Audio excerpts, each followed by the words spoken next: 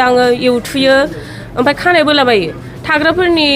जाय मानसिफ्रा गावसोराव थानानै मावो बिसोरखौ मा खालामो होनबा बिसोरो दाङो मोदोमाव ओमफ्राय बिदिनो सेक्सुवेलि माबा खालामो आरो मा होनो बेखौ लिङो आरो सेक्सुवेलि ओमफ्राय असल्टबो खालामो बिराद माने मा होनो हेरेसमेन्ट होयो आरो जाय मानसिफ्रा गावसोराव थानानै मावो बिसोरखौ रुवाथि बादि बाहायो बिदिनो रायलाबायो दंखि होलाबायो खानायाव हमना बोयो आथिङाव हमना बोयो मा होनो बुयोबो बिदिनो खालामो आरो बिसोरो माब्लानिफ्राय मावदोंमोन खामानि आङो 30 जुननिफ्राय मावदों 10 दिन ना 11 दिनल'सो जादों बांद्राय गोबाव जायाखै आं मावनाया नोंखौबो माबाफोर टाच खालामो आंखौ टाच खालामदों उदैयाव टाच खालामदों मेउथुदों बिदिनो खालामदों ओमफ्राय आं बादा होदोंमोन आंखौ दा खालाम बेबायदि होननायाव बे ओरै बुंदों हिन्दीनि मुझे नहीं करना है तो मुझे 100 रुपया दे दो हम नहीं करेगा बिदि होननानै बुंदों आरो बियो हिन्जावाथ' बालुक जरानि हौवाया राजस्थानी होननानै खोनानो मोन्दों आङो हिन्जावना बिलोमा गयारि होनो हौवाना अमृत तान्स मामोनथाय बावबाय आङो नामखौ टाइटेलखौ जायखिया नामा अमृत तान्सनो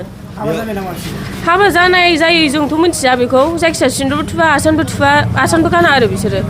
बेयाव साबैसे खामानि मावग्राफ्रा बिदिनो साबासो दङ साब्रैयानो दङ जोङो बिसोरबो गासैबो सेक्सुवेलि हेरासमेन्ट मोनजोबनाय औ सेक्सुवेलि माबा मोनजोबखानायखा गासिबो बिसोरबो बुंनो हागोन आरो ओमफ्राय नाथाय बिसोरखौ दमखि होना दोनदों आरो दा मा लुबैयो आङो न्याय लुगैयो जोंनि जायगायाव फैनानै मालाय जाथिया बेफोरबायदि खालामनो मोनफैया जों बायदि सिख्लासा उन्दैफोरा बेहाय सेफ नङा बेयाव रावबो दा मावफै आं बेखौल' माबायो आरो एक्सन लानांगौ आइजो माबाफ्रा पाब्लिकफ्रा बेफोरखौ दखाना बन्द जानांगौ औ दखाना बन्द जानांगौ पुलिस थानायाव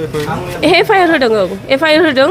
जों एफआइआर हैदों थांदों जाय जाजादों बिसोर थांजोबनानै एफआइआर हैदों आरो मा बुंबावोमोन नोंसोर जोंखौ बिदिनो बुङोमोन माबा नोंसिनि जायगा नङा ओंखाम जानायफोरखौबो जाय थानानै मावदों बिसोरखौ बुङोमोननो ओंखाम जानायफोरखौ गावसोरथ' होनदों भिडिअफ्राव हगारो जोंखौथ' जेनेबा मावग्रा हिसाबै जोंबोथ' भिडिअ नायनानैसो फैयो मोजां माबानानैसो जोंखौ ओरै होननानै बुङो बिसोर जानाय थानाय फ्रिजोब गासिबो फ्रिजोब ओमफ्राय जेब्ला थाफैयो अब्ला मावग्राफ्रा मा खोनानो मोनोखि माइरंखौ सोर बाया जानायखौ सोर जाहोदों नोंनि नोमा नोमफाया जाहोफैयाखै बिदि होननानै बुङो आरो मावग्राफोरखौ आंनाव प्रुफ दंजोबो मानसिफोर जाय मावदों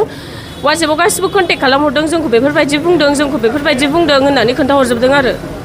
बेयाव बेसेबांनिफ्राय बेसेबां समसिम खामानि मावनाया सोलिबाय थायो 9:45 जोङो फैयो ओमफ्राय 8टासिम मावो आरो 8टा मोनानि 8टासिम बियो गस्ला दखान हिन्जावफोरनि ओमफ्राय जुवेलारिस फानो उन्दैफोरनि सफ्ट टय फानो ओमफ्राय बिदिनो आरो लिप ग्लसारि बा गासिबो हिन्जावफोरनि बुस्थु फानजोबो आरो बाहाय मालिकआ बावनो थायोमोन बिसोरो जिहेतु नोंथाङा जिबायदि अर्डार खालामदों हिन्जाव थानायनि सिगाङावबो बेबायदि खालामो नामा फिसाया औ हिन्जावनि मेगनावनो खालामो ओमफ्राय जों हिन्जावखौ होनो मानो बिदि खालामनांगौ होनबा नोंहा बुंनांगौ जेबो माबा गैया बेखौ बुङो ओमफ्राय बिसोरो होनो हिन्जावा आं एडभकेट आंजों माबा जुजिनानै लाब गैया नों आंनिफ्राय गोजौसिन दाथां होननानै बुङो आरो ओमफ्राय जेनेबा जोंथ' बेफोरबायदि खालामजाया जोंबो मावनोसो फैदों जोंबो सिख्लासा उन्दैसा सेफ जानांगौना जोंनि जायगाया बे एडभकेट बा बे मानो हौवाखौ बेफोरबायदि माबा खालामहोनांगौ बेफोरबायदि मानो आखु देखायहोनांगौ एडभकेट बा ल'खौ मिन्थिखानानै मानो बेफोरबायदि हिन्जावसाफोरखौ दांहोजोबनांगौ बिसोरो सिङाव सिसि केमेरा दङ